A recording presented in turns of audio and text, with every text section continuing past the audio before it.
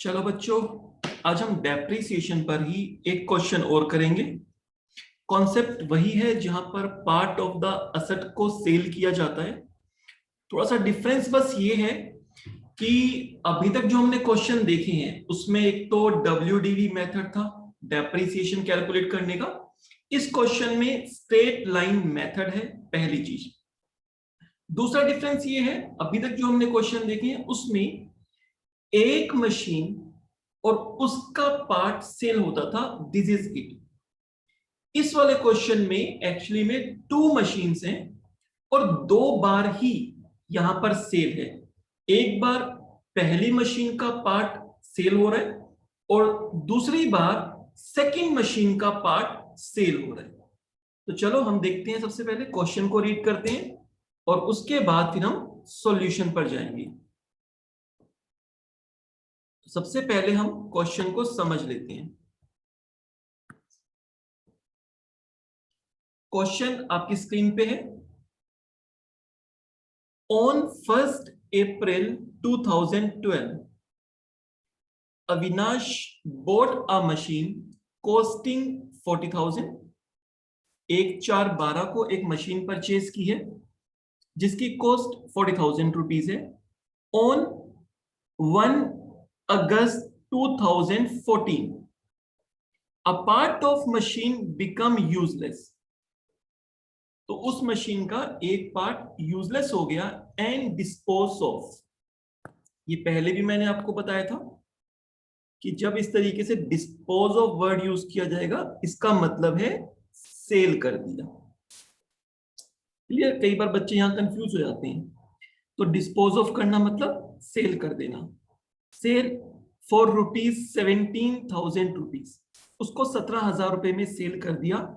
लेकिन वो जो पार्ट था, वो पार्ट या तो हमें उसका कुछ रेशो बताए या कुछ इस तरीके से बताए 1/3 पार्ट सेल कर दिया, या हमें उसकी ओरिजिनल कॉस्ट बता दे। तो यहां पर हमें उसने ओरिजिनल कॉस्ट बता दी कि जो पार्ट सेल हुआ है 17,000 रुपीज का, जब उसको परचेज किया था उस समय उसकी ओरिजिनल कॉस्ट 25,000 रुपीज थी। और उसे कब परचेज किया था? 1st April 2012 को। यानी कि इसी मशीन की बात कर रहे हैं जो 1st April 2012 को हमने मशीन परचेज की है। मैं इसको मशीन 1 नाम दे देता हूं, जो कि 40,000 रुपीज की हमने परचेज की है। इसी मशीन का एक पार्ट जिसकी उस समय कॉस्ट 25,000 रुपीज थी, तो मतलब कि 40,000 में एक पार्ट 15,000 का था, 15,000 का, एक दूसरा पार्ट 25,000 वाला था। तो कौन सा सेल हो रहा है? 25,000 वाला पार्ट सेल हो रहा है। 15,000, 15,000 वाला पार्ट रिमेनिंग है, कैरी फॉरवर्ड होता रहेगा। ये तो होगी एक मशीन की बात। आगे चलते हैं। 1st March 2014। अब देखो, अगर आप क्वेश्चन को देखोगे, अभी तक जो हम क्वेश्चन देख रहे थे उसमें जो डेट्स हैं वो बेसिकली उसका सीक्वेंस था। अर्ली डेट्स पहले आ रही थी और लेटर डेट्स बाद में आ रही थी।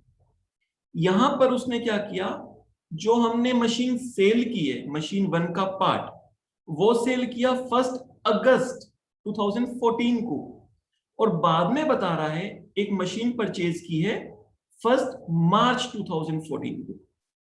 तो अगर आप क्वेश्चन में डेट्स का सीक्वेंस देखोगे तो लेटर डेट का एक इवेंट पहले बता दिया, सेल हो गई, और अर्ली डेट का कि उससे पहले एक परचेज है, उसका इवेंट वो बाद में बताया। तो समटाइम्स यहां पर गलती होने के चांस रहते हैं, इसीलिए मैं कहता हूं अगर हम 2 मिनट लगा के उसका एक डायग्राम बना लेंगे तो डायग्राम में हम डेट्स को सीक्वेंस में लिखेंगे, तो जो इवेंट पहले हुआ उसको हम पहले ही रिकॉर्ड करेंगे, गलती होने के चांसेस कम हो जाएंगे। तो 1 मार्च 2014 को ही परचेज 1 सेकेंड हैंड मशीन, एक सेकेंड हैंड मशीन परचेज की है 50,000 की, इंक्लूडिंग 10,000 फॉर कस्टम ड्यूटी। 10,000 रुपए कस्टम ड्यूटी लगा, इंक्लूडिंग 10,000। अब वर्ड अगर आ गया इंक्लूडिंग 10,000, तो इसका मतलब ये मशीन हमारी कितने की है, इसकी कॉस्ट 40,000 की होगी और 10,000 कस्टम ड्यूटी लगाकर ये हमें कितने की पड़ जाएगी, 50,000 रुपीज की। समटाइम्स 50 प्लस 10 60,000 रुपीज इसकी कॉस्ट गलती से बच्चे कर देते हैं, उसका ध्यान रखना है आपको। यहां पे वर्ड यूज है इंक्लूडिंग रुपीज 10,000 रुपीज। तो आपको ध्यान रखना है यहां पर कि ये 10,000 रुपए ऑलरेडी इंक्लूड है, इसमें एडिशन मत कर देना, 50 प्लस 10 60 मत कर देना। क्लियर? आगे कह रहा है ही disposed off a part of second machine.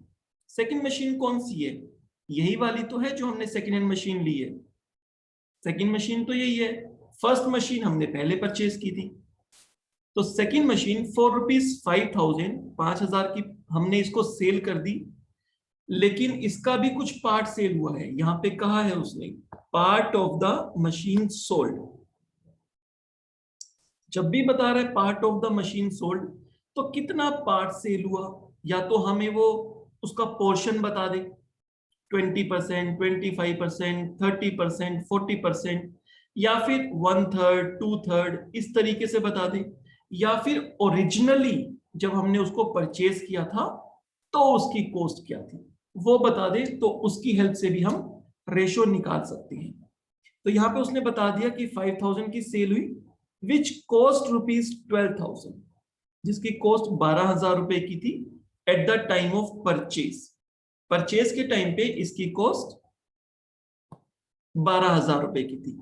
यहां पर ना सेल की डेट गिवन नहीं है, तो हम एक काम करते हैं, यहां पे एक सेल की डेट ले लेते हैं।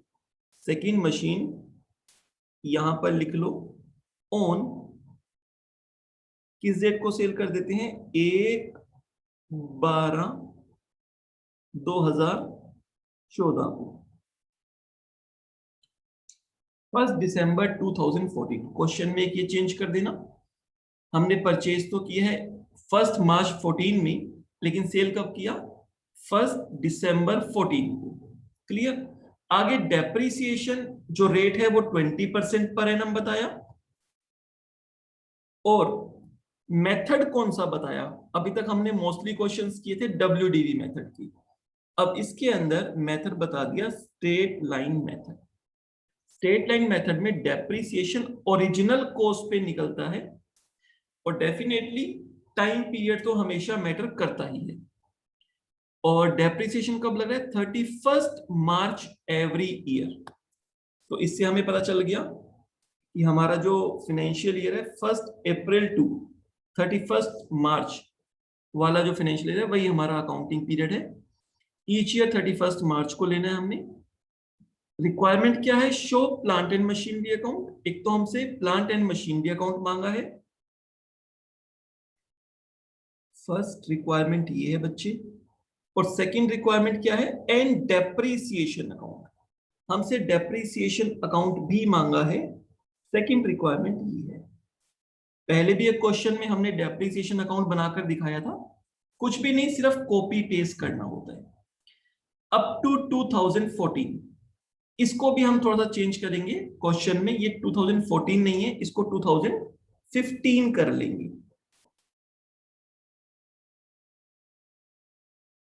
क्योंकि 1/12/2014 को तो मैंने एक मशीन सेल दिखा दी कि हमने यहां पर 1 दिसंबर 14 को सेल किए, तो हमसे 2014 तक का मांगता, तो इसका मतलब 31 मार्च 14 तक का मांगा है ना। उसके बाद की डेट में अगर सेल दिखा रहा है तो हम एक साल और बढ़ा देते हैं कि 2015 तक का हमें यहाँ पर अकाउंट बनाना है। तो पहली चीज तो इस क्वेश्चन में आपको दो छोटे से चेंजेस करने हैं। एक तो जो सेकंड मशीन की सेल डेट गिवन नहीं है वो ले लेनी है 1 दिसंबर 2014, और सेकंड जो आपसे मशीनरी अकाउंट और डेप्रिसिएशन अकाउंट 2014 तक के मांगे हैं उसको आपको 2015 कर लेना है, 2015 तक का। अब हमें क्वेश्चन समझ आ गया होगा, अब हम चलते हैं अपने सॉल्यूशन की तरफ। तो बच्चों ये हमारा सॉल्यूशन है, यहां पर ऑलरेडी मैंने फॉर्मेट जो है बना दिया है, और डायग्राम भी मैंने बना दिए है ताकि हमें थोड़ी सी आसानी हो जाए। अब अगर आप ये डायग्राम देखोगे तो सबसे पहले क्वेश्चन में एक मशीन परचेज के बारे में बात की थी। तो 1/4/2012 को जो हमने मशीन परचेज की है 40,000 रुपीज की, ये बच्चे हमारा फर्स्ट इवेंट हो गया। और जो पहली पार्ट ऑफ मशीन हमने सेल किया है वो इसी मशीन का सेल किया है। अगर उसकी ओरिजिनल कॉस्ट की बात की जाए, फर्स्ट जो हमने मशीन का पार्ट सेल किया है वो किया था 1 अगस्त 2014 को। देखो यहां पर 1 अगस्त 2014 को हमने सेल किया था फर्स्ट मशीन का पार्ट 17,000 में, जिसकी ओरिजिनल कॉस्ट 25,000 रुपीज थी। तो यहां पे अगर आप देखोगे तो ओरिजिनल कॉस्ट 25,000 रुपीज है। अब जो फर्स्ट मशीन हमने परचेज की थी टोटल वो 40,000 की थी, उसका एक पार्ट सेल किया जिसकी ओरिजिनल कॉस्ट 25,000 रुपीज थी। तो इसका मतलब दूसरा पार्ट कितने का होगा? दूसरा पार्ट होगा 15,000 रुपए का। यानी कि इसमें एक्चुअली में ये दो पार्ट हो गए, 15,000 और 25,000। आगे चल के ये वाला पार्ट हमने सेल कर दिया और ये वाला पार्ट सेल नहीं किया। राइट, इसकी रेशो हमें चाहिए होगी, रेशो हमें यहां से मिल जाएगी। Clear? At the time of sale हम इस तरीके से इसकी रेशो कैलकुलेट कर लेंगे। क्लियर? तो फर्स्ट इवेंट ये हो गया। Second event financial year and हो जाएगा। थर्ड इवेंट एक और मशीन परचेज हो रही है, एक और मशीन परचेज हो रही है, तो बच्चे ये हो जाएगी मशीन 2 और ये हो जाएगी मशीन 1। क्लियर? उसके बाद फाइनेंशियल ईयर क्लोज हो रहा है, फोर्थ इवेंट हो जाएगा। उसके बाद जो पहली मशीन परचेज की थी उसका एक पार्ट हम सेल कर रहे हैं, फिफ्थ इवेंट हो गया। एंड देन जो सेकंड मशीन परचेज की थी 50,000 रुपीज की, इसका एक पार्ट सेल कर रहे हैं, तो ये हमारा सिक्स्थ इवेंट हो गया। अगर मैं सिक्स इवेंट की बात करूं तो यहां पर सेकंड वाली मशीन जो हमने 50,000 की परचेज की थी, इसका एक पार्ट सेल कर रहे हैं और वो पार्ट ओरिजिनली कितने का था? 12,000 रुपीज का। तो मुझे अगर इसके दो पार्ट करने होंगे तो 38,000 रुपीज और 12,000 रुपीज। कौन सा पार्ट सेल हो रहा है? 12,000 वाला, और 38,000 वाला पार्ट अनसोल्ड है। यहां पर अगर मुझे रेशो बनानी होगी तो मेरी रेशो क्या बन जाएगी? 38:12। 38:12। तो हमारे जो आंसर्स आएंगे वो पॉइंट्स में आएंगे, डेसिमल्स में आएंगे। जनरली इस तरह की रेशो होगी जो इजिली कट के एक छोटी वैल्यू निकल आएगी, बट कैसा भी क्वेश्चन आ सकता है, हमें तो हर क्वेश्चन के लिए प्रिपेयर्ड होना है। तो 38:12 की रेशो यहां पर निकल के आ जाती है। क्लियर? और लास्ट इवेंट 31 मार्च 2015, ईयर क्लोज हो रहा है। तो टोटल हमारे पास 3 इयर्स हैं, राइट, और दो परचेजेस हैं, दो सेल हैं। तो दो परचेज दो सेल, 4 इवेंट तो ये हो गए हैं। और क्योंकि ये 3 इयर्स का क्वेश्चन है तो 3 साल ईयर एंड होगा, तो 3 इवेंट वो हो जाएंगे। टोटल 7 इवेंट हमारे पास हो गए हैं। डेप्रिसिएशन का मेथड स्ट्रेट लाइन मेथड कहा है 20%। राइट, अब हम इस क्वेश्चन को स्टार्ट करते हैं। सबसे फर्स्ट इवेंट 1 अप्रैल 2012 को एक मशीन परचेज हुई है 40,000 रुपीज की।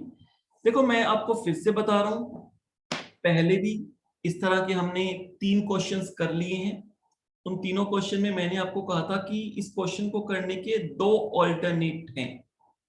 पहला ऑल्टरनेट क्योंकि part of the machine sale हो रहा है आगे चल के, तो आप क्वेश्चन के बिगिनिंग से ही जब उस असेट्स को परचेज कर रहे हैं तभी से उसके दो पार्ट करके और परचेज को दो पार्ट में ही रिकॉर्ड कर सकते हो और दोनों पार्ट पर सेपरेटली डेप्रिसिएशन चार्ज कर सकते हो।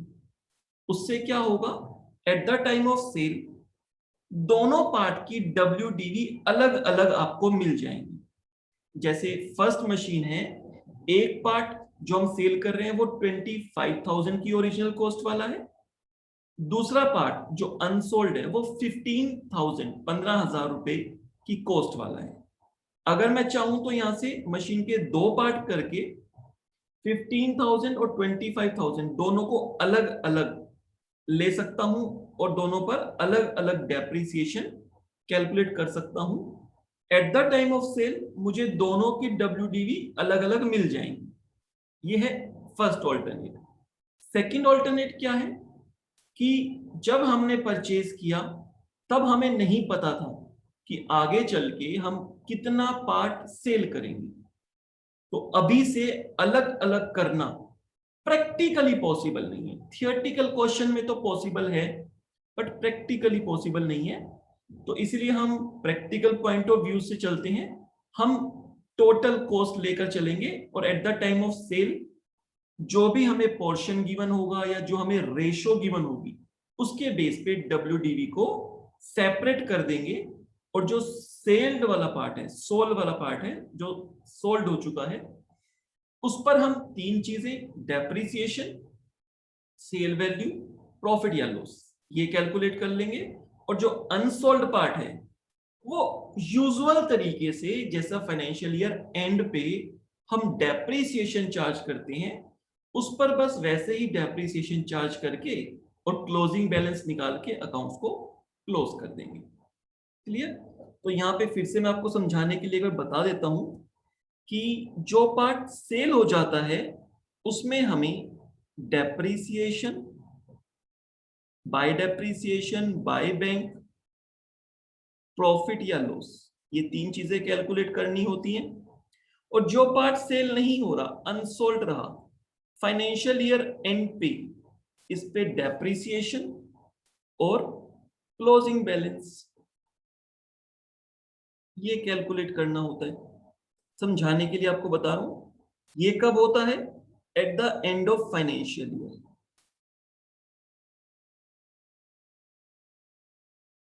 राइट? और ये काम कब होता है, at the time of sale, क्योंकि ये सब तो सेल हो रही है।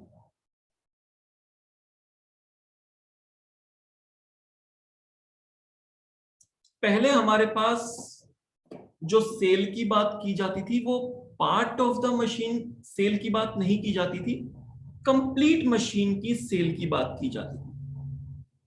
तो उस टाइम पर भी हम ऐसा ही काम करते थे, लेकिन हमें एक मशीन के दो पार्ट करने की जरूरत नहीं होती थी। जो मशीन पूरी सेल हो रही है उसमें ये तीन चीजें, depreciation, bank, profit and loss निकालते थे।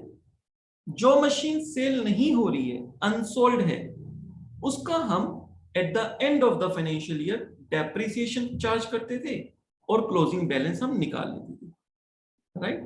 तो अब ये आपको समझ आ गया होगा, आई होप। अब मैं इस क्वेश्चन को आगे कंटिन्यू करता हूं। 1 अप्रैल 2012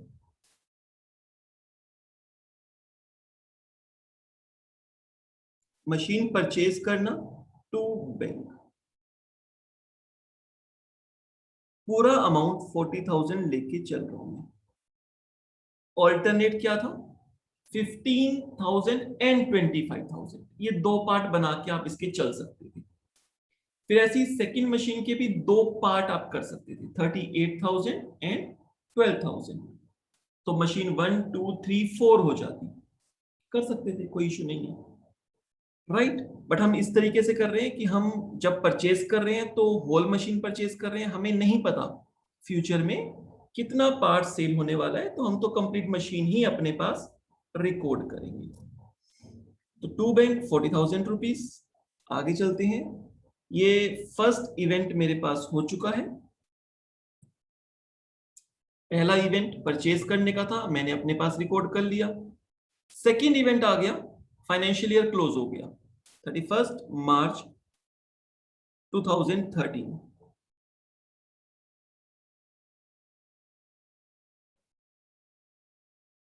फाइनेंशियल ईयर क्लोज होगा तो बाय डेप्रिसिएशन, एक ही मशीन है हमारे पास अभी तक, मशीन 1। और डेप्रिसिएशन के लिए बच्चे हमें स्ट्रेट लाइन मेथड बोला है 20%। तो फाइनेंशियल ईयर स्टार्ट होने पर फर्स्ट डे को ही हमने परचेज कर ली थी, तो पूरे अमाउंट पर 40,000 रुपीज, इसका 20% और पूरे साल का डेप्रिसिएशन लगेगा 12/12। तो 40,000 रुपीज का 20% जो हमारे पास आ जाएगा 8,000 रुपीज, 8,000 रुपए का डेप्रिसिएशन लगेगा।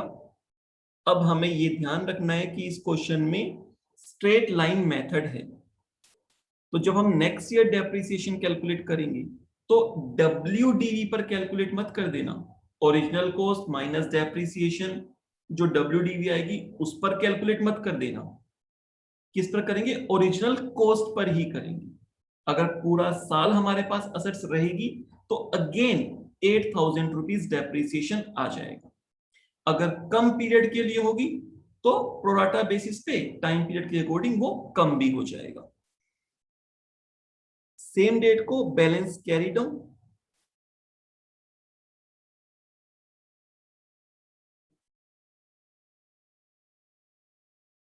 और ये हमारे पास आ जाएगा बच्चे 32,000 रुपीज।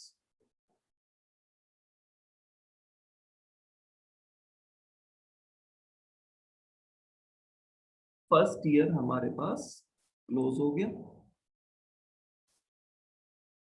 फर्स्ट ईयर क्लोज होने पे जो भी क्लोजिंग बैलेंसेस हैं उसको हम ओपनिंग बैलेंसेस ले लेते हैं।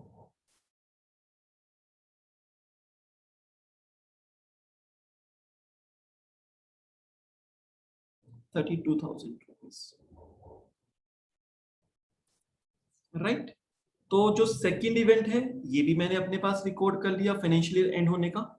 अब देखो डायग्राम बनाने से क्या होगा, अब हमारा क्वेश्चन गलत होने के चांस बहुत कम है, सीक्वेंस नहीं बिगड़ेगा, सीधा मुझे दिख रहा है इवेंट नंबर 3 क्या है, परचेज है। कब परचेज किया? 1 मार्च 2014। मार्च मतलब जो फाइनेंशियल ईयर का एंड का लास्ट का मंथ होता है, लेकिन उस मंथ की फर्स्ट डेट को, 1 मार्च को, 31 मार्च को नहीं, 1 मार्च को 50,000 रुपीज की मशीन 2। तो मैं अब अपने पास परचेज की एक और एंट्री कर लेता हूं, 1 मार्च 13। 31 मार्च के बाद नहीं, ये 31 मार्च से पहले ही तो आएगा। टू बैंक, ये बच्चे हमने मशीन 2 परचेज करनी है और अमाउंट है इसका 50,000 रुपीज।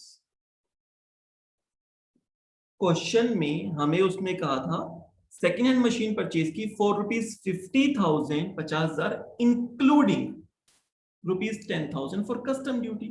50,000 इंक्लूड है। समटाइम्स यहाँ पे सिली मिस्टेक होने के चांस रहते हैं, बच्चे 50 प्लस 10 कर जाते हैं, उनको लगता है अरे कस्टम ड्यूटी तो ऐड करते हैं, अरे इंस्टॉलेशन तो ऐड करते हैं, अरे फ्रेट तो ऐड करते हैं। हाँ हमें पता है ऐड करते हैं, जल्दी से ऐड कर देते हैं और लिख देते हैं, बट वो ये वर्ड नहीं पढ़ पाते कि इसमें इंक्लूडिंग लिखा हुआ है। इंक्लूडिंग लिखा है तो इसका मतलब वो कस्टम ड्यूटी या वो इंस्टॉलेशन या वो फ्रेट वाला पार्ट ऑलरेडी इसमें इंक्लूड है, तो इसका आपको ध्यान रखना है। तो 50,000 रुपीज मैंने यहाँ पर परचेज को भी रिकॉर्ड कर लिया और मेरे पास परचेज का थर्ड इवेंट भी रिकॉर्ड हो गया। अब फोर्थ इवेंट आता है फाइनेंशियल ईयर एंड हो रहे 31 मार्च 14। तो ठीक है 31 मार्च 14, अब हम मेरे पास दो मशीन है तो दोनों मशीन का डेप्रिसिएशन कैलकुलेट कर लेंगे। और यहां पर एक चीज और ध्यान रखनी है कि ये स्ट्रेट लाइन मेथड से डेप्रिसिएशन लगाना है। Bye depreciation account machine 1 and machine 2। क्योंकि स्ट्रेट लाइन मेथड से लगाना है तो पिछले साल 12 महीने, पूरे 12 महीने का जो डेप्रिसिएशन लगा है, इस साल भी वो असेट्स 12 महीने हमारे पास रही है। अगर मैं मशीन 1 की बात करूं तो मशीन 1 तो हमारे पास पूरा साल रही है। क्योंकि ये स्ट्रेट लाइन मेथड है तो 8,000 रुपए ही लगेगा, यानी कि ओरिजिनल कॉस्ट 40,000, इसका 20% अगेन, जो कि 8,000 रुपए ही आएगा। क्लियर। सेकेंड मशीन पे कितना लगेगा? 50,000 रुपीज, 50,000 का 20%, जो 10,000 रुपए आता है, लेकिन 10,000 रुपए तो एनुअली होता, राइट? 10,000 एनुअली होता। यहां पर मशीन मेरे पास रही है सिर्फ 1 मंथ, 1 मार्च को लिया, 1 मार्च को लिया है ना, तो 31 मार्च को तो ईयर एंड हो गया। तो सिर्फ एक मशीन, सिर्फ 1 मंथ के लिए मशीन मेरे पास है, तो 10,000 को मेरे को डिवाइड करना पड़ेगा, डिवाइड बाय 12, 833.3। तो 833 में ले लेता हूं, डेसिमल को मैं राउंड ऑफ कर देता हूं, 0.5 को, जो भी 0.5 में मैं इसको राउंड ऑफ कर देता हूं, 8,833, और दोनों को ऐड करके मेरे पास टोटल डेप्रिसिएशन आ गया 8,833, राइट? अब क्या करेंगे? बस ईयर एंड हो गया तो क्लोजिंग बैलेंस निकाल लो, by balance carried out machine 1 and machine 2। Machine 1 की वैल्यू आएगी 32,000 माइनस 8,000, जो उसकी ओपनिंग WDV थी, माइनस कर देंगे उसका डेप्रिसिएशन, 32 माइनस 8, ये हमारे पास हो जाएगा 24,000।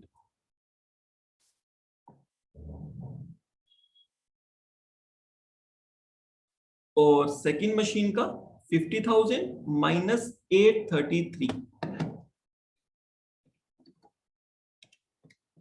जो हमारे पास आएगा 49,167।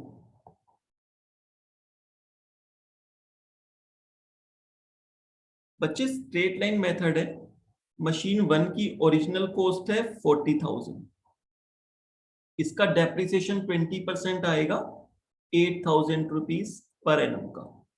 जहां पर भी 12 महीने हमारे पास ये असेट्स होगी मशीन 1, 8,000 डेप्रिसिएशन लेंगे। और सेकेंड मशीन 50,000 की ओरिजिनल कॉस्ट है, इसका 20% डेप्रिसिएशन आएगा 10,000 रुपीज, लेकिन कहां पर? अगर एनुअली पूरे साल का है, अगर कम टाइम पीरियड का है तो उसके अकॉर्डिंगली हम उसको कम टाइम पीरियड का कैलकुलेट कर लेंगे। जैसे इस ईयर में मेरे पास 1 मंथ का था, तो 10,000 मल्टीप्लाई 1 बाय 12, 833 आ गया। ये मेरे पास बच्चे आ गई क्लोजिंग वैल्यू 73,167।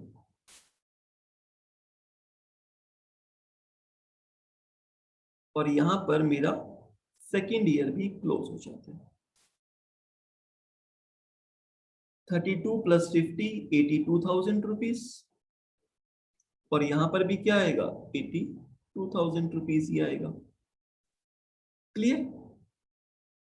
अब जो मेरे क्लोजिंग बैलेंस निकले हैं, एक बार मैं उसको नेक्स्ट ईयर का ओपनिंग बैलेंस बना देता हूं।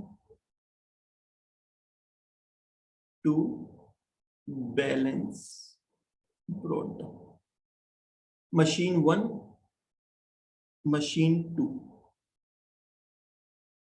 बच्चे अभी तक तो क्वेश्चन बिल्कुल सिंपल है, अभी तो कुछ आया ही नहीं है।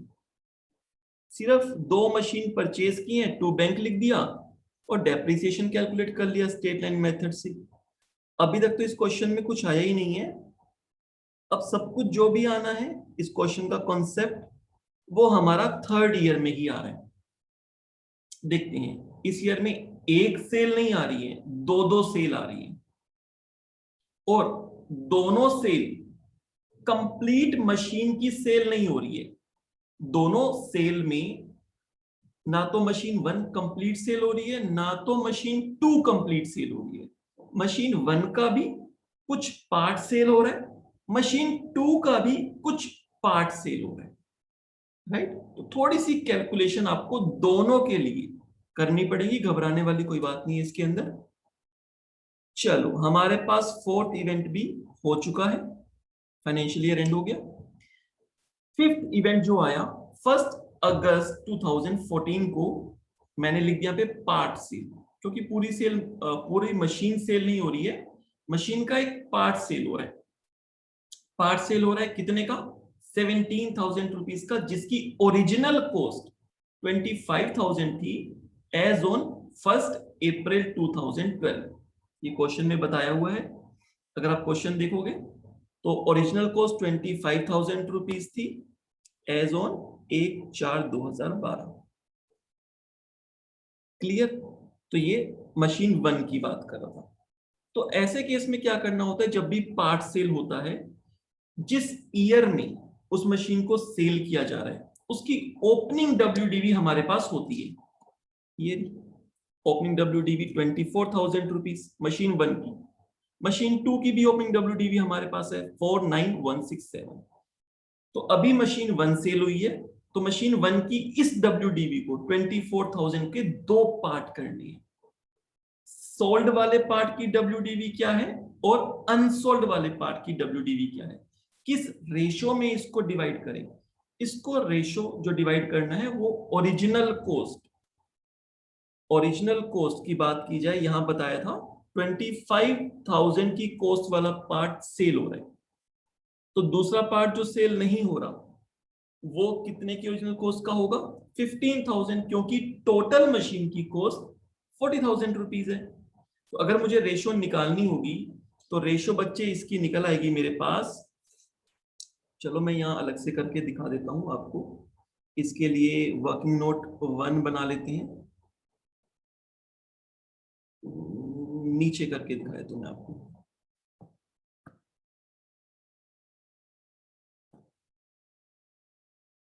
यहाँ पे करके दिखा देता हूँ। तो वर्किंग नोट 1 हो गया। वर्किंग नोट 1 के अंदर हम क्या करेंगे, जो वो मशीन 1 है उसका पार्ट सेल हो रहा है, तो सबसे पहले तो मेरे को ये देखना है ओरिजिनल कॉस्ट क्या थी। ओरिजिनल कॉस्ट ऑफ मशीन 1, आपको समझाने के लिए मैं थोड़ा सा बड़ा प्रोसीजर ले रहा हूं, जरूरी नहीं है कि आपको भी इतना बड़ा प्रोसीजर ही फॉलो करना है। 40,000 रुपीज ओरिजिनल कॉस्ट ये थी। अगर इसके दो पार्ट किए जाएं, एक 25,000 जो पार्ट सेल हो रहा है और 15,000 जो पार्ट सेल नहीं हो रहा, यहीं से बच्चे रेशियो निकल आएगी 5:3, 5/8, 3/8। ये पार्ट सोल्ड और ये पार्ट अनसोल्ड। क्लियर? 5:3 की पहली बात तो मैंने रेशियो निकाल ली। अब मैं क्या करूंगा, WDV as on 1 April, opening date की डब्ल्यूडीवी हमारे पास होती है ना 1 अप्रैल 2014। ये डब्ल्यूडीवी बच्चे 24,000 रुपीज है। अब इसी रेशियो में 5:3 की रेशियो में मैं इसको डिवाइड कर लेता हूं।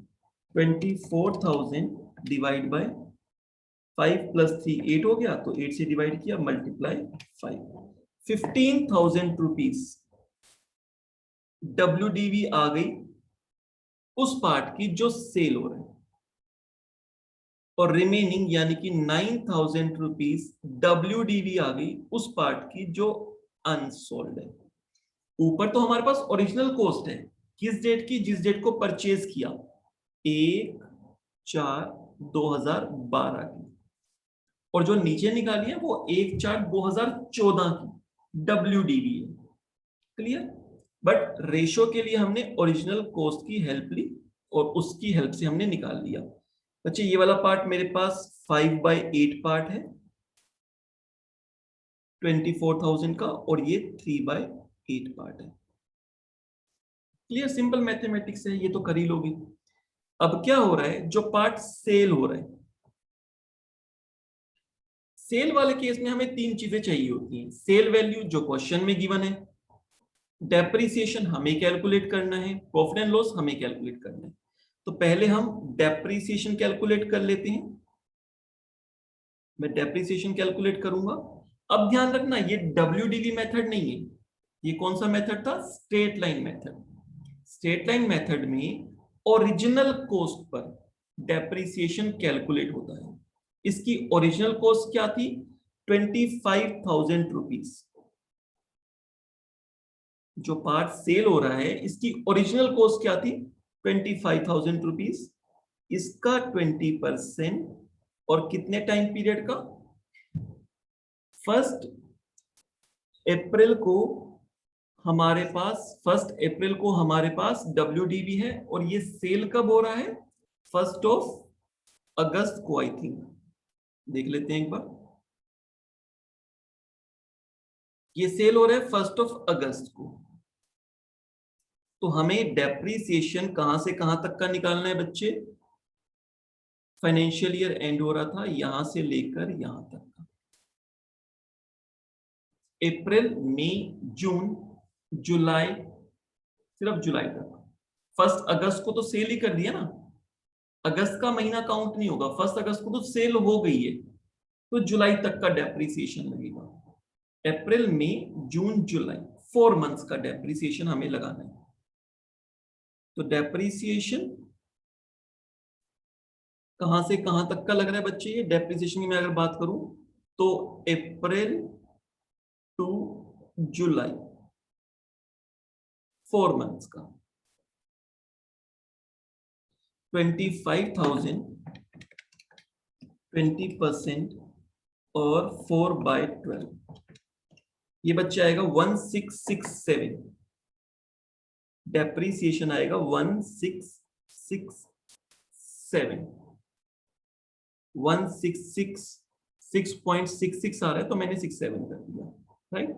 ये डेप्रीसिएशन है। अगर मैं ओपनिंग WDV में से, जो कि 1/4 को वैल्यू थी, उसमें से डेप्रीसिएशन लेस कर दूं 4 महीने का, तो ऑटोमेटिकली मैं कहां पहुंच जाऊंगा, WDV एस ऑन 1/8/2014, यानी कि सेल डेट वाली। और सेल डेट वाली मेरे को WDV या बुक वैल्यू चाहिए होती है प्रॉफिट या लॉस निकालने के लिए। 15,000 माइनस 1667, 13,333। बच्चे जब हम असेट्स परचेज करते हैं वहां से हमारा डेप्रीसिएशन स्टार्ट हो जाता है, और कब तक लगाते हैं, जिस डेट को वो असेट सेल होती है। सेल होने के बाद डेप्रीसिएशन नहीं लगता। तो ये 1 अगस्त को सेल हो गई तो 1 अगस्त तक का ही डेप्रीसिएशन लगेगा, मतलब कि एक दिन पहले 31 जुलाई तक का ना, एक दिन को तो हम इग्नोर करेंगे, 31 जुलाई तक का डेप्रीसिएशन लगेगा 13,333। ये हमारी आ गई WDV। और सेल वैल्यू क्या है इसी डेट को, sale value I think 17,000 rupees थी। यस, सेल वैल्यू थी 17,000 रुपीज। तो इसमें हमें प्रॉफिट हो रहा है 13,333 रुपए वाली मशीन को 17,000 में सेल कर रहे हैं। तो हमें यहां पर क्या हो गया, प्रॉफिट हो गया। कितने का प्रॉफिट हो गया, 17,000 माइनस 13,333, 3,667 रुपीज का प्रॉफिट हो गया। तो सेल के टाइम पे ये तीन चीजें मुझे चाहिए होती हैं जो मैंने कैलकुलेट कर ली है। ये वर्किंग नोट इसीलिए बनाया मैंने। एक मुझे डेप्रीसिएशन चाहिए होता है, ये निकल गया। एक मुझे सेल वैल्यू चाहिए होती है जो क्वेश्चन में गिवन है, और एक मुझे प्रॉफिट या लॉस चाहिए होता है जो मैंने कैलकुलेट कर लिया। तो ये तीनों चीजें मुझे चाहिए होती हैं। तो अब प्रॉफिट है तो प्रॉफिट कहां जाएगा, डेबिट साइड पे, राइट। और जो अनसोल्ड पार्ट है उसका क्या होगा, अनसोल्ड पार्ट का कुछ नहीं होगा, डेप्रीसिएशन लगाएंगे eight the end of the year, और क्लोजिंग बैलेंस निकाल देंगे, राइट, जब वहां पर पहुंचेंगे। अभी तो हम कहाँ हैं, अभी तो हम हैं सेल वाली डेट पर 1/8/2014 को। अब हम इसको ट्रीट कर रहे हैं, राइट। चलो तो अपने क्वेश्चन में 1/8/2014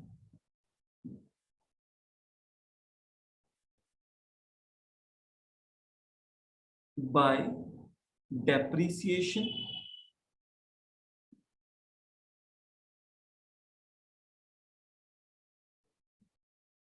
बाय बैंक सेल हो रहा है, पूरी मशीन बननी उसका एक पार्ट, राइट। और तीसरी चीज प्रॉफिट आ रहा था, प्रॉफिट क्रेडिट साइड नहीं आता, प्रॉफिट आता है डेबिट साइड पे। तो 1/8/2014 to profit and loss statement account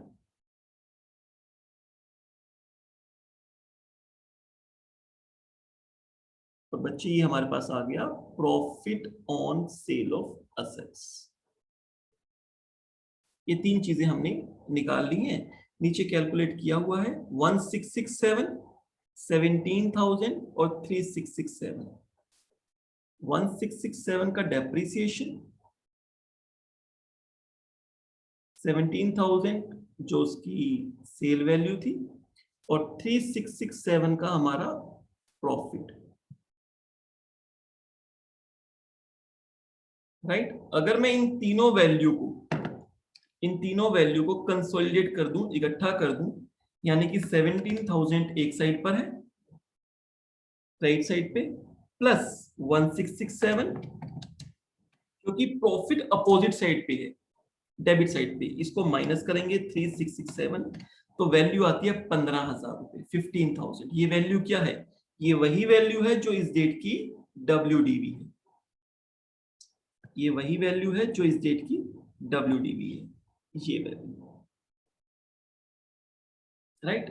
तो 15,000 रुपए की WDV जो उसमें इंक्लूड है, जो इस मशीन 1 में 15,000 रुपए की WDV इंक्लूड है उस पार्ट के लिए जिसको सेल कर रहे हैं, तो ये 15,000 रुपए की वैल्यू यहां से हट गई। डेबिट और क्रेडिट को अगर आप इकट्ठा कर दोगे तो अमाउंट 15,000 ही आएगा, रिमेनिंग क्या बचेगा 9,000। 9,000 आगे बचेगा, उस पर डेप्रिसिएशन कैलकुलेट होगा। डेप्रिसिएशन 9,000 पे नहीं, WDV मेथड नहीं है, मतलब वो जो पार्ट बचा है उस पर डेप्रिसिएशन कैलकुलेट होगा, लेकिन डेप्रिसिएशन SLN मेथड से ही लगेगा, ओरिजिनल कॉस्ट मेथड से। देखेंगे उसको जब वो डेट आएगी। अभी तो हमारा एक सेल वाला इवेंट हो गया और हमने क्या किया, अपने नेक्स्ट इवेंट यानी 5th इवेंट को क्रॉस कर दिया। अभी तक ऐसे क्वेश्चन आ रहे थे कि एक ही मशीन का पार्ट सेल कर रहे थे, तो यहाँ पे हमारा क्वेश्चन मोर और लेस खत्म हो जाया करता था। लेकिन यहाँ पे थोड़ा सा क्वेश्चन को और एक्सटेंड किया है मैंने, एक लेवल और बढ़ा दिया कि सेकेंड मशीन का भी पार्ट सेल किया। तो अब नेक्स्ट इवेंट आपका क्या है, इवेंट नंबर 6। यहां भी एक सेल हो रही है, कब सेल हो रही है, 1 को 1 दिसंबर 2014। तो अब पहले ये डेट आ जाएगी, इस डेट पे बाय बैंक 5,000 रुपए जो पार्ट सेल हुआ, एंड देन मुझे डेप्रिसिएशन और प्रॉफिट एंड लॉस निकालना। क्लियर, इसका भी वर्किंग नोट बना लेंगे। ईयर अभी क्लोज नहीं हुआ, अभी तो सेकेंड मशीन के सेल की बात चल रही है 1/12/2014 को। यहां पर भी क्या आएगा बच्चे, बाय डेप्रिसिएशन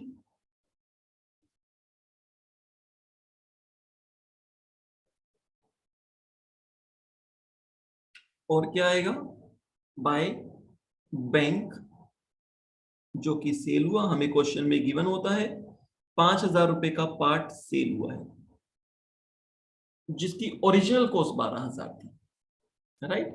और तीसरा प्रॉफिट या लॉस, वो कैलकुलेट करना होगा। अगर लॉस होगा तो क्रेडिट साइड पे लिखूंगा, प्रॉफिट होगा तो डेबिट साइड पे लिखूंगा। तो चलो इसका भी मैं वर्किंग नोट बनाता हूं।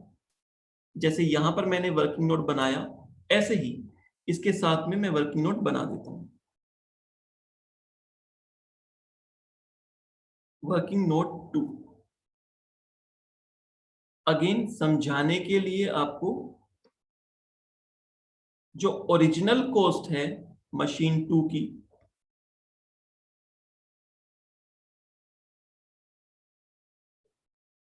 ये है बच्चे 50,000 रुपीज। इसमें भी दो पार्ट है, एक 38,000 वाला पार्ट है, एक 12,000 वाला पार्ट है। कौन सा पार्ट सेल हो रहा है? 12,000 वाला। ये अभी हम ओरिजिनल कॉस्ट की बात कर रहे हैं, जिस डेट को परचेज की थी। किस डेट को परचेज की थी मशीन 2? मशीन 2 परचेज की थी 1 मार्च 2014 को।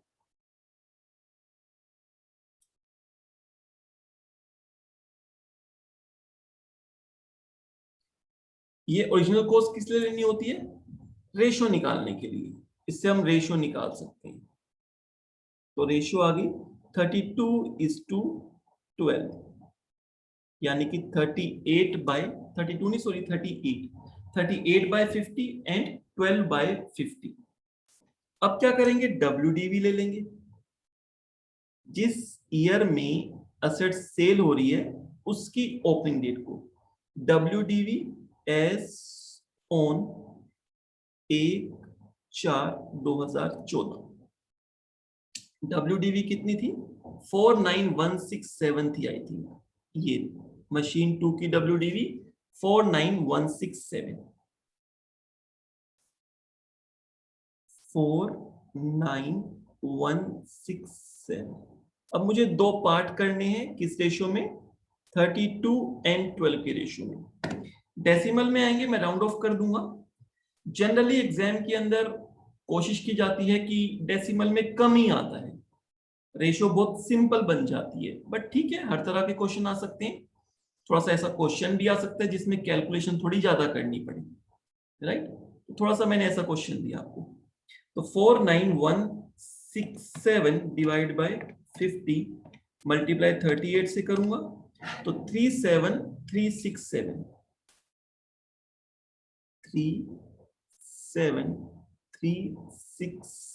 एक पार्ट ये हो गया, और रिमेनिंग जो होगा वो दूसरा पार्ट होगा। 49167 माइनस 37367 11800।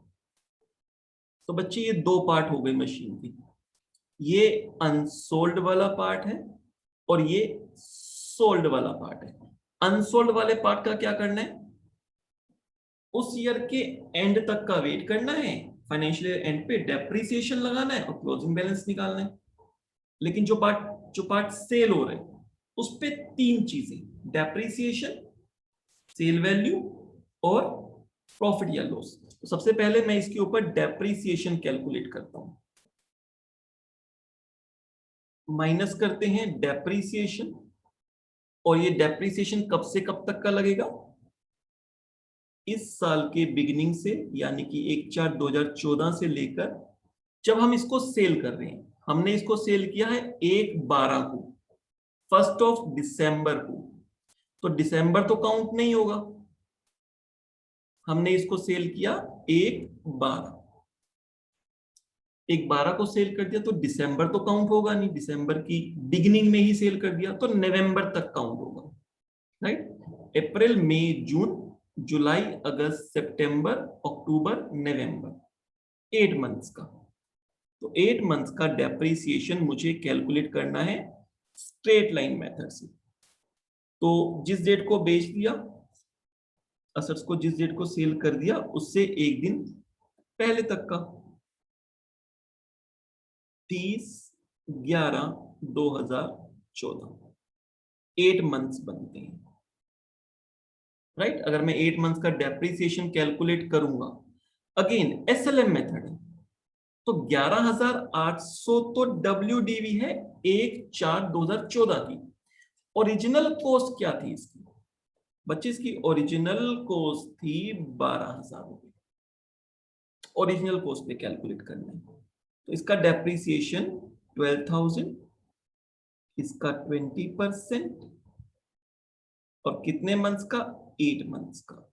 ये बच्चे डेप्रिसिएशन निकलेगा 12,000, 20% मल्टीप्लाई 8/12, 1600 रुपए इसका डेप्रिसिएशन निकलता है। ये मैंने यहां पे लिख दिया। अब जब मैं 1600 8 मंथ्स का डेप्रिसिएशन लेस कर दूंगा, तो लेस करने के बाद बच्चे जो मेरे पास वैल्यू आएगी, वो वैल्यू मेरे पास होगी WDV as on sale date, और यही मुझे चाहिए होती है। Book value as on sale date बोलो या WDV, एक ही बात है। एज ऑन 1/12/2014 की, है ना। 11800 तो ओपनिंग WDV था, उसके बाद भी तो 8 महीने तक मशीन हमारे पास रही है। 1 अप्रैल को थोड़ा ना सेल हुई है, 1 दिसंबर को सेल हुई है, तो 8 महीने का टाइम और हमारे पास रही है। अप्रैल मई जून जुलाई अगस्त सितंबर अक्टूबर एंड नवंबर, 8 मंथ्स, 10,800 रुपीज। ये वैल्यू हमें डेप्रीसिएशन हमें चाहिए होता है, और इससे क्या हेल्प मिलती है, इससे हमें प्रॉफिट या लॉस निकालने की हेल्प मिलती है। सेल वैल्यू क्या है, एज ऑन 1/12/14 को कितने की सेल हुई थी, ये सेल हो रही थी बच्चे 5,000 रुपीज की। 10,200 वाली असेट्स को 5,000 में सेल करें तो हमें हो गया लॉस, 10,200 माइनस 5,000, 5,200 रुपए का लॉस हो गया। तो ये 3 चीजें मेरे को चाहिए होती हैं, डेप्रीसिएशन, लॉस और sale value. Sale value question में ऑलवेज गिवन होती है, आपको एक्चुअली में 2 ही अमाउंट कैलकुलेट करनी होते हैं at the time of sale. एक डेप्रीसिएशन कैलकुलेट करना होता है, और जब डेप्रीसिएशन कैलकुलेट कर लिया तो ओपनिंग WDV में से माइनस करके बुक वैल्यू आ गई। प्रॉफिट एंड लॉस तो बस बुक वैल्यू का सेल से कंपैरिजन करना है।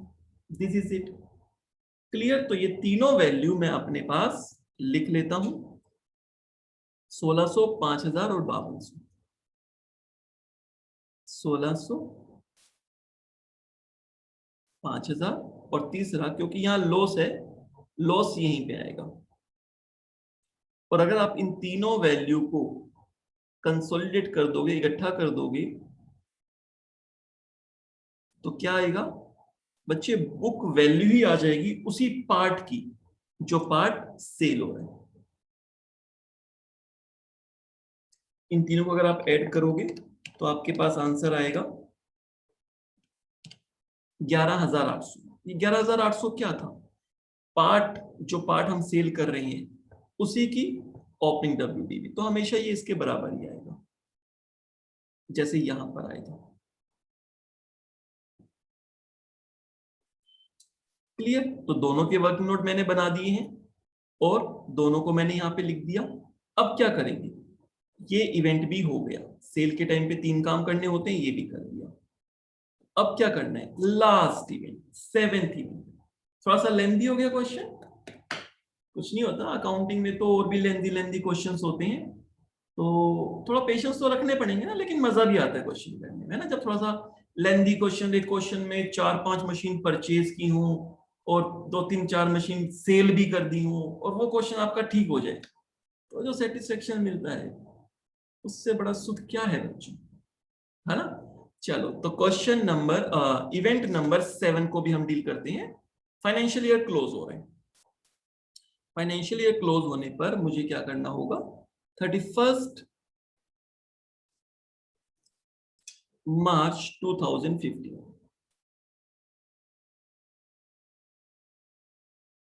Bye depreciation. अब यहां पे ध्यान रखना है, मशीन 1 और मशीन 2, पूरी पूरी मशीन पे डेप्रीसिएशन नहीं है, इनका एक पार्ट सेल हो चुका है, उस पर डेप्रीसिएशन नहीं लगना। जो पार्ट इनका अनसोल्ड है उस पर डेप्रीसिएशन लगना है, और इसमें SLM मेथड है, स्ट्रेट लाइन मेथड है, WDV मेथड नहीं है। जो पार्ट बचा हुआ है उसकी ओरिजिनल कॉस्ट पे लगना है, राइट। तो अगर यहां पर बात की जाए, जो मैंने अपने पास वर्किंग नोट बनाए हैं, तो देखो जो मशीन 1 है, मशीन 1 में पहला पार्ट ओरिजिनल कॉस्ट पे लगना है ना, तो मैं ओरिजिनल कॉस्ट को पकड़ता हूं। 25,000 वाला पार्ट सेल हो गया था और 15,000 वाला पार्ट बचा हुआ था, तो ये इसकी ओरिजिनल कॉस्ट है। तो इस पर डेप्रिसिएशन चार्ज होगा 15,000 का 20%, क्योंकि ये मशीन तो बहुत पहले ही परचेज की थी 1/4/2012 को, तो पूरा साल रिमेनिंग वाला पार्ट तो हमारे पास रहा ही है, तो इस पर डेप्रिसिएशन बनता है 3,000 रुपीज। ओरिजिनल कॉस्ट पे निकालना है, ध्यान रखना WDV पे मत निकाल देना। 3,000 रुपीज डेप्रिसिएशन। और आते हैं सेकंड मशीन की बात करते हैं। ये सेकंड मशीन है, क्लियर। सेकंड मशीन में सेल पार्ट कौन सा था? सेल पार्ट था ये 12,000 वाला। अनसोल्ड पार्ट कौन सा है? 38,000 वाला। तो यहां पर डेप्रिसिएशन 38,000 पे निकलेगा। और ये मशीन भी कब परचेज की थी? पिछले ही साल परचेज कर ली थी। अगर पिछले ही साल परचेज कर ली थी तो इस साल में 12 महीने हमारे पास रही होगी, राइट। तो 38,000 पे भी 20%, जो हमारे पास निकल जाएगा 7600 रुपये। क्लियर। तो 7600 रुपये इसका डेप्रिसिएशन निकल जाएगा। टोटल डेप्रिसिएशन आ गया 10,600 रुपीज। और यहां पर हमारा थर्ड ईयर भी क्लोज हो जाएगा और इनका जो टोटल आएगा वो आएगा 73,167 plus 3,667, 76,834।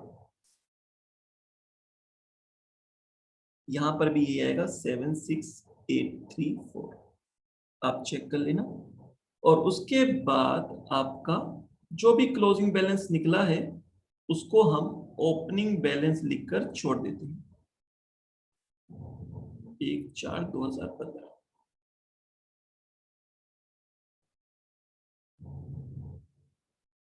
To balance brought down.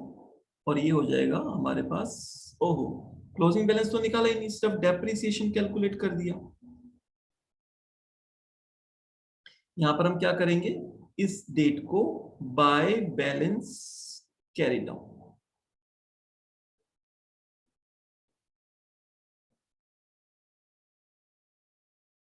Machine 1 and machine 2।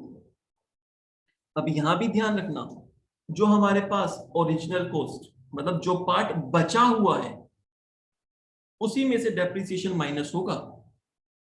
जो पार्ट अनसोल्ड था उसमें से माइनस होगा ये। अनसोल्ड कौन सी वैल्यू? ओरिजिनल कॉस्ट नहीं, ओरिजिनल कॉस्ट तो सिर्फ डेप्रिसिएशन चार्ज करने के लिए। जब क्लोजिंग बैलेंस निकालेंगे तो किस में से निकालते हैं? ओपनिंग WDV में से, राइट। तो यहां पे भी आपको इसी वर्किंग नोट से हेल्प मिलेगी कि जो हमारे पास अनसोल्ड पार्ट था उसमें 9,000 रुपीज की कॉस्ट अनसोल्ड थी। 15 एंड 9 दोनों मिला के बना था 24। तो ये जो 24 है इसमें से अनसोल्ड पार्ट की वैल्यू क्या है? 9,000। 15 वाला तो सेल हो गया, तो 9 माइनस 3,000 यानी कि 6,000 रुपीज। क्लियर। और जो नेक्स्ट है 49167, 49167 में अनसोल्ड पार्ट क्या था? 37,367, 37,367। बाकी पार्ट तो सेल हो गया। ये सिर्फ मैं आपको यहां पर लिख जो रहा हूं सिर्फ इसलिए लिख रहा हूं ताकि आपको पता चल रहा है कौन सा पार्ट अनसोल्ड है। इसमें से 7600 माइनस हो जाएगा 29,767,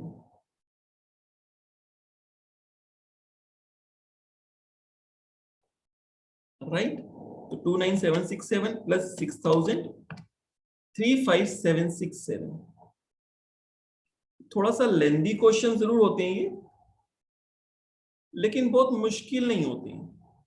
अगर कॉन्सेप्ट क्लियर हो तो बहुत मुश्किल नहीं है, राइट। ये वैल्यू सिर्फ समझाने के लिए बताइए कौन सा पार्ट अनसोल्ड है, कि इसमें से जो पार्ट अनसोल्ड है वही आगे कैरी फॉरवर्ड होगा। जो पार्ट सेल हो गया उसकी तो वैल्यू हमने लिख ही दी है, सेल कर दिया। तो हमारे पास ओपनिंग बैलेंस आएगा 35767।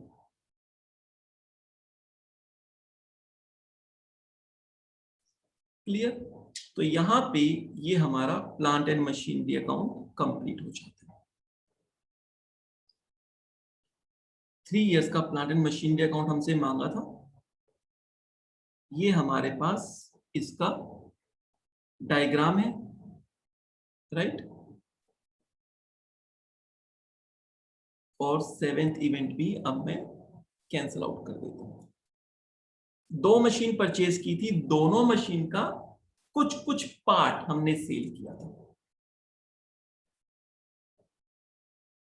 और डेप्रिसिएशन मेथड भी SLM मेथड है। तो ये हमारे पास कंप्लीट क्वेश्चन हो गया। और ये दोनों के वर्किंग नोट है हमारे पास कि ओरिजिनली कितने का हमने परचेज किया, उससे हमने रेशियो निकाली और उस रेशियो को अप्लाई किया ओपनिंग WDV पर। ओपनिंग WDV पे अप्लाई करके हमने ओपनिंग WDV को 2 पार्ट में डिवाइड कर लिया, सोल्ड और अनसोल्ड। सोल्ड वाले पार्ट में डेप्रिसिएशन, प्रॉफिट या लॉस ये कैलकुलेट कर लिया, और जो अनसोल्ड वाला पार्ट है वो कहां हेल्प करेगा, डेप्रिसिएशन क्लोजिंग डेट को हम निकाल के और उसके बाद अपना क्लोजिंग बैलेंसेस निकाल लेंगे। क्लियर? तो यहां पर ये हमारा क्वेश्चन कंप्लीट हो जाता है। मैं एक बार कोशिश करता हूं कि आपको पूरा क्वेश्चन स्क्रीन पे दिख पाए। तो छोटा हो जाएगा, मैं वर्किंग नोट को साइड पे लेके आ जाता हूं।